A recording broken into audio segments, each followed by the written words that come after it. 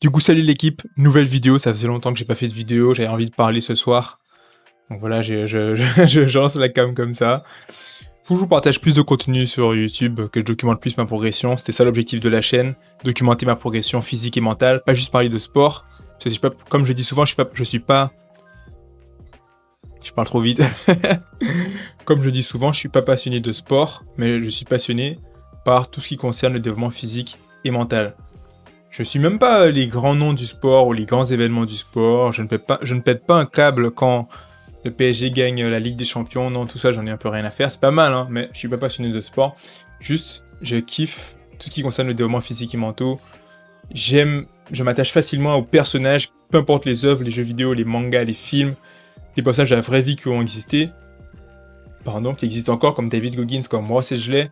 C'est à ça que j'aspire à être, en fait. Du coup, ouais, l'objectif de la chaîne, c'est de vous partager ma progression physique et mentale. Et là, je me suis dit, je vais faire une petite vidéo pour vous parler de mes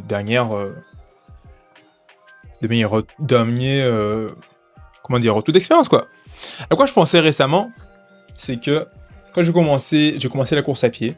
À la base, j'ai commencé la course à pied pour perdre du poids. Après, j'ai continué à kiffer la course à pied. En plus, Internet, c'était devenu vraiment à la mode. Donc voilà, j'ai continué la course à pied à fond. Ça fait déjà plus d'un an, largement. Le trail arrive. L'objectif trail 2026, c'est pour bientôt. Alors, le fil de cette vidéo, c'est dans 3 semaines. Donc voilà, on continue à s'entraîner. Et du coup, j'ai aussi voulu développer ma force physique, parce que comme je le répète souvent dans mes vidéos, je parle de l'entraînement hybride. Pour moi, faire que de la course à pied ou faire que de la musculation, la calisthénie, appelle ça comme tu veux, un sport de force, pour moi, ça n'a pas de sens. Je pense vraiment qu'il faut allier les deux. Et je ferai une autre vidéo pour expliquer pourquoi. J'ai déjà parlé ça plein de fois sur ma chaîne, vous pouvez aller voir ça une vidéo, pourquoi c'est important pour moi d'allier les deux. Et moi, je ne veux pas faire ni l'un ou l'autre. Faut que je travaille mon physique, faut que je travaille mon corps, faut que je travaille mon mental, ma résilience, faut que je fasse de l'endurance et faut que je fasse de la force. Et bref, du coup, je fais les deux. Et faire les deux, c'est pas si difficile, hein. En soi, il suffit de faire une séance de calisthénie de force et une séance de course à pied. Une séance de force, une séance d'endurance. Et zéro difficulté jusque-là. Donc en fait, si t'as du temps, tu peux faire les deux. Ça, y a pas de problème. Mais la vraie difficulté, ça va être dans progresser dans les deux. Parce que non seulement, la première remarque, la première difficulté, c'est si vous n'êtes pas coach, si vous n'avez pas un coach, il va falloir gérer votre progression vous-même, ça demande des connaissances. Déjà. Et en plus, donc déjà, quand je dis gérer votre progression vous-même, c'est que pour progresser dans un sport, du moins dans la plupart des sports que moi je connais, course à pied et calisthénie, il faut respecter des principes. La surcharge progressive, la spécificité, la variation. Il faut appliquer ça au fil de vos séances. Donc déjà, vous avez la responsabilité de vous-même de paramétrer vos séances. C'est déjà dur pour beaucoup de gens de faire du sport et de respecter son principe, mais là, vous devez le faire pour 2 pratiques. Donc c'est assez compliqué de progresser dans les deux en même temps. Ça vous met déjà une grosse charge mentale. Et le deuxième point que j'ai remarqué, que moi qui est énorme, et c'est ce que j'ai envie d'aborder dans cette vidéo, c'est que... en fait, ok, faut gérer le temps, ok, faut gérer sa programmation, comme je viens de le dire, mais faut surtout gérer son énergie, en fait.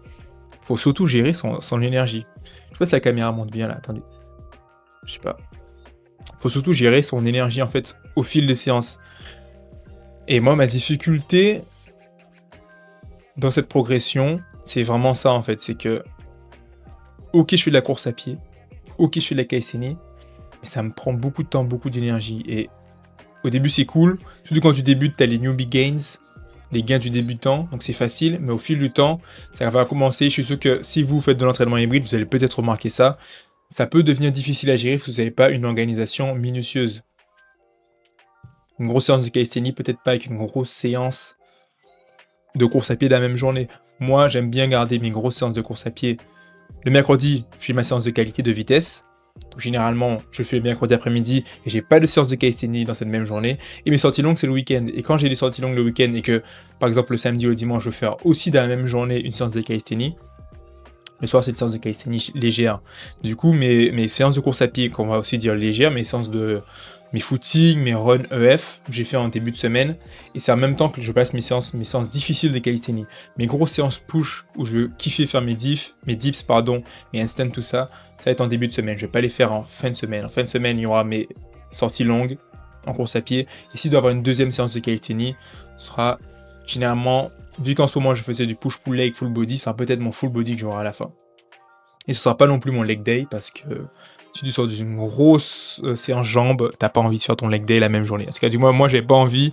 Des fois, je me retrouvais à devoir faire des pistol squats et la galère, la galère. Donc, ma grosse séance push ou pull et pull et ou pull. En tout cas, mon haut du corps, début de semaine, mon leg day, début de semaine, ou du moins pas le week-end. Le week-end, c'est les séances du Kaiseni, mais des séances plus légères. Et l'idée vient de me passer par la tête, mais ça peut être aussi tout simplement le week-end, on travaille ses skills tranquillement. Mais bon, pour moi, je fais pas de planche ou de front lever, mais peut-être un petit L-sit qu'on s'entraîne. Le handstand, c'est de la balance, c'est pas fatigant, ça peut vraiment être super bien. Et là, une autre marque que j'aimerais bien partager avec vous, c'est que, comme je le disais, comme je viens d'expliquer avec tout le début de la vidéo, si vous respectez ces principes, progresser en calisthenie et en endurance, c'est possible.